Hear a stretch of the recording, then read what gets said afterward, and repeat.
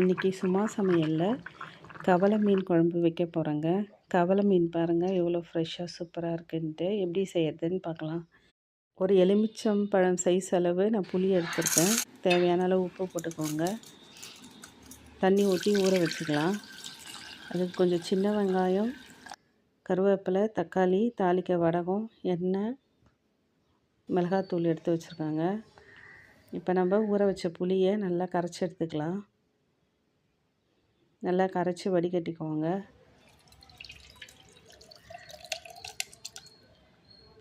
இப்போ நான் எடுத்து வச்ச தக்காளியை இந்த புளி கரைசலில் நல்லா கரைச்சிக்கிறாங்க.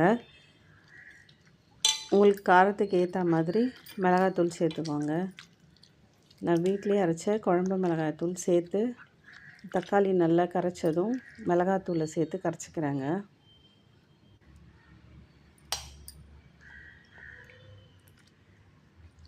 இப்போவே உப்பு காரம் எல்லாம் செக் பண்ணிக்கோங்க.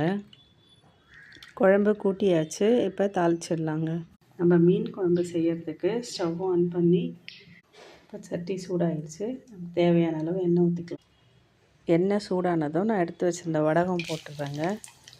வடகம் நல்லா பொரிஞ்சதும் பொரியட்டும்.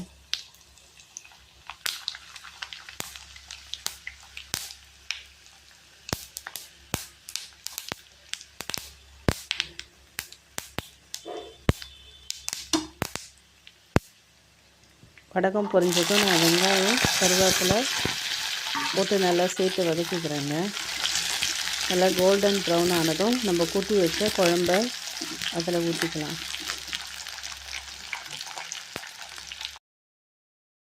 வெங்காயம் நல்லா வதங்கிடுச்சு. இப்போ நம்ம கூட்டி வச்சுருந்த குழம்ப ஊற்றிடலாங்க.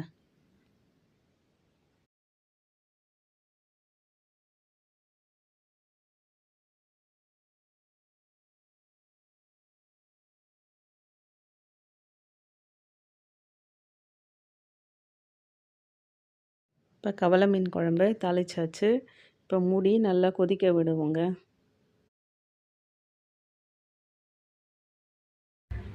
கவலை மீனை நல்லா க்ளீன் பண்ணி ரெடியாக எடுத்து வச்சுருக்கோம். அப்புறம் மாங்காய் இல்லாமல் மீன் குழம்பா? No chance. 4 பீஸ் மாங்காய் எடுத்து வச்சுருக்காங்க. குழம்பு நல்லா கொதிச்சிட்ருக்கோம். திறந்து பார்க்கலாம். நல்லா கொதிக்குதுங்க. இப்போ நாம் கவலை மீனை போட்டுக்கலாங்க.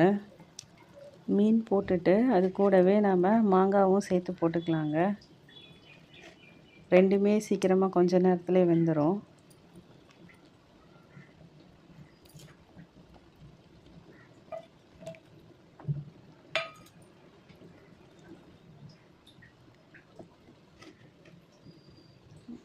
இப்போ மூடி கொஞ்சம் நேரம் வேக விட்டு எடுத்தோன்னா சூப்பரான கவலை மீன் குழம்பு தயார்.